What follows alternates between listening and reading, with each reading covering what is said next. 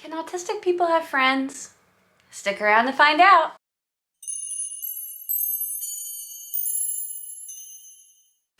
Hi friends, my name is Claire and this is my channel, Woodshed Theory. Here, I make content about what it is like to live as an adult on the autism spectrum and whatever else feels good to me. So if that sounds good to you, or if you're feeling particularly gracious today, and I hope that you are, please go ahead and click the subscribe button, ring the bell. I almost forgot to mention that I put out videos 3 times a week. Click the like, click the like. Friendship and the autism spectrum. How to make friends when you're autistic is something I've been asked about several times, and I thought it would be a good video to make. I know that as a person who went through a late autism diagnosis, friends were something that were always a mystery to me. I know that personally, I've gotten a lot better at having friends and making friends and maintaining friends. And since my diagnosis, it is the first time in my life where I feel that I have real relationships. You may have heard me say many times before, yes, I did have friends before my autism diagnosis. I met wonderful people. I still know some of those people, and now our relationship has moved, for me personally, something that is more standoffish to what I would consider something that is closer, more friendly, deeper, the kind of friendships I always wanted but didn't know how to have. So I thought that I would talk about what my personal experience has been like. I should mention, as always, that I'm not a doctor. I'm not a professional. I'm just a 34-year-old lady who found out a few years ago that she was on the autism spectrum, and it completely changed my life and how I view it and my worldview. And I just wanted to talk about this with you, and maybe it could be helpful for you too. I think the most important thing to note here is that autism is a social disorder. I'm autistic. I'm always going to be autistic, and I have and always will struggle in social situations. That is not going away from me. And I think if you are ready to accept that for yourself as an autistic person, you've already made a huge step in your journey to being a friend and a better friend. I don't view autism as a problem. It's certainly not a disease. Some people don't even call it a disorder anymore. They call it a condition. It's just a difference in one's brain. But it's always going to be that for me, right? I'm not going to wake up one day and be neurotypical, and there is nothing that I can do to make myself have a neurotypical brain. I am stuck the way that I am. I can do my best to adapt and do better at communicating with people, but it's always going to be an issue. And friendships are really difficult for people who are on the autism spectrum. When getting diagnosed with autism, one of the things that the diagnostician had asked me was about friendships. Did I feel like I had close friendships? How did I view friendships? And I was very honest with him and let him know that I always felt like the person on the outside of the circle. I wanted friends so badly, best friends. And I didn't understand why everyone had them and I didn't. Why did it feel like everyone had these close bonds with people and I didn't? So the first thing I had to do after I was diagnosed with autism is that, I'm going to say this with a grain of salt, okay? I was the problem. And that's really hard for me to say because I was trying. And I really wanted to have these close friendships, and I'm not saying it's a one-sided issue, that they couldn't have done anything, but I was the issue as far as my social difficulties, my autistic tendencies were making it hard for me to have friends. So I just wanted to talk to you about some things that I shifted in my view and things that I put into place that really helped me. After listening to this, you might think that it's not for you, and that's completely fine. I just wanted to share my experience. First thing that I learned is that friendship is a two-way street. I was always waiting for people to come to me, in that I thought if a person wanted to be friends with you, they would be super into you. Not in a romantic way, of course, but that they would approach you, that they would tell you straight out that they wanted to be friends, that they would be reaching out all the time to spend time with you. This is the case sometimes, but in general, not so much. A lot of people, when they're trying to become friends with someone, they're actually more standoffish. They're still trying to figure out, how can I put it the best? They're doing the neurotypical friend dance. How do we develop this friendship? They are following the neurotypical friendship rules, and that's a problem for people who are neurodiverse because we don't read that part of the social situation. We don't know if somebody's trying to be friends with us unless they smack us in the face with it, unless they're like giving us a card that says, I'd like to be your friend, are we friends now? So what I've learned is, if you find a person that you feel would make a good fit for a friend for you, it is equally your responsibility to put the work into that friendship. That can look a lot of different ways. For me personally, the best way that I communicate with people is through written word, through text. If I get to know somebody well enough and they're a phone person, I can handle a phone, but the best way for me to stay in touch with people is to text them, use something like an app like Marco Polo, something that has less pressure.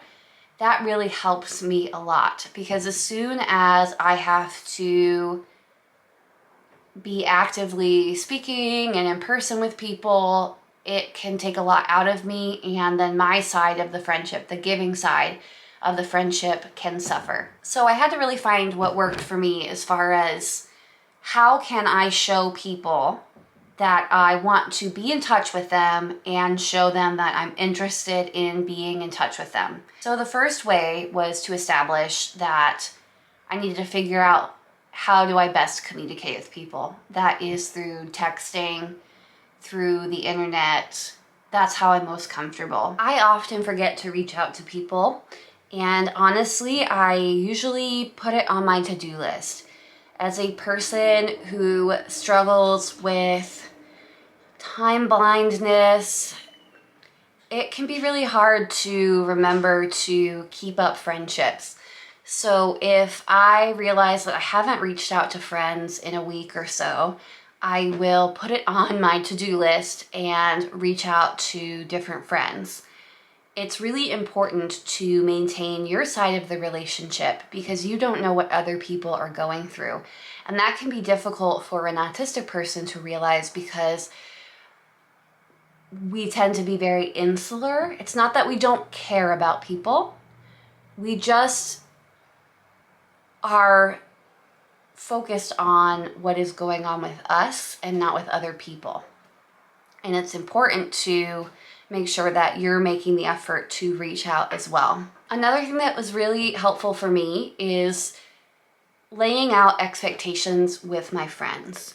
My friends tend to know that I'm on the autism spectrum. I'm not shy about that. If they're going to be my friends, they should probably know. I let my friends know how a friendship will work best for me, as far as letting them know about my autistic tendencies, letting them know that sometimes I may interrupt you, sometimes I may disappear for a month, etc., etc. Letting them know these things helps establish an expectation of where our friendship is going, because if they, for example, are neurotypical or even neurodiverse, they may come into the situation with an expectation for me to give something that I'm not able to give them. And if we're clear on that up front, it's really a lot easier for them not to think that my actions are saying something that I'm not intending. So having that conversation about friendship expectations, how often you might want to see each other in person or something like that, that's really important. Then on the opposite end of the spectrum is adjusting your expectations. People are not perfect. They cannot read your mind. They are not always going to get it right. There are going to be times when people let you down. There are going to be times where they're not going to understand what you're going through. And that has to be okay, because everybody is very different in what they want, what they need out of friendships.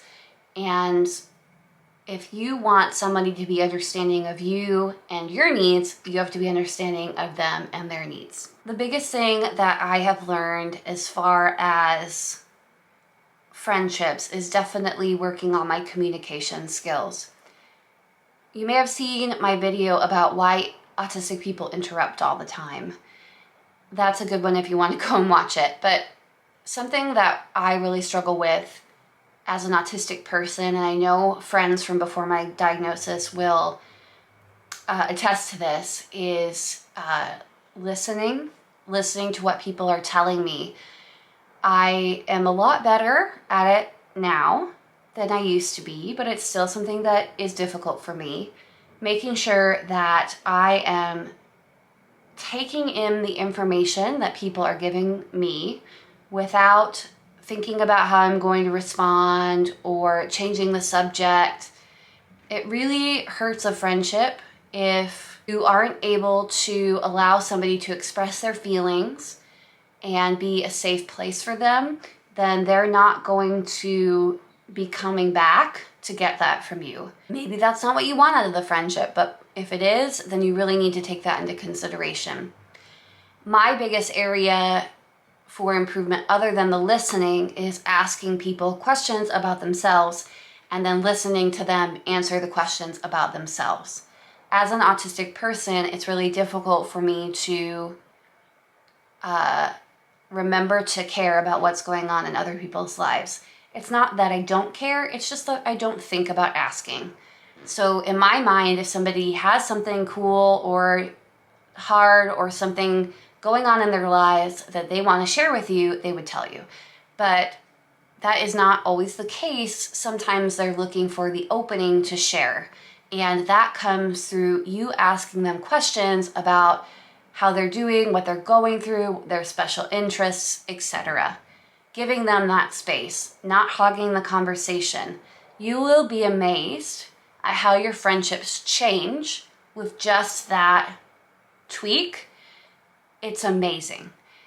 It's not gonna change everything overnight, but giving a person the space to share what they're going through and being there for them, even if you don't have a solution, that is a big deal.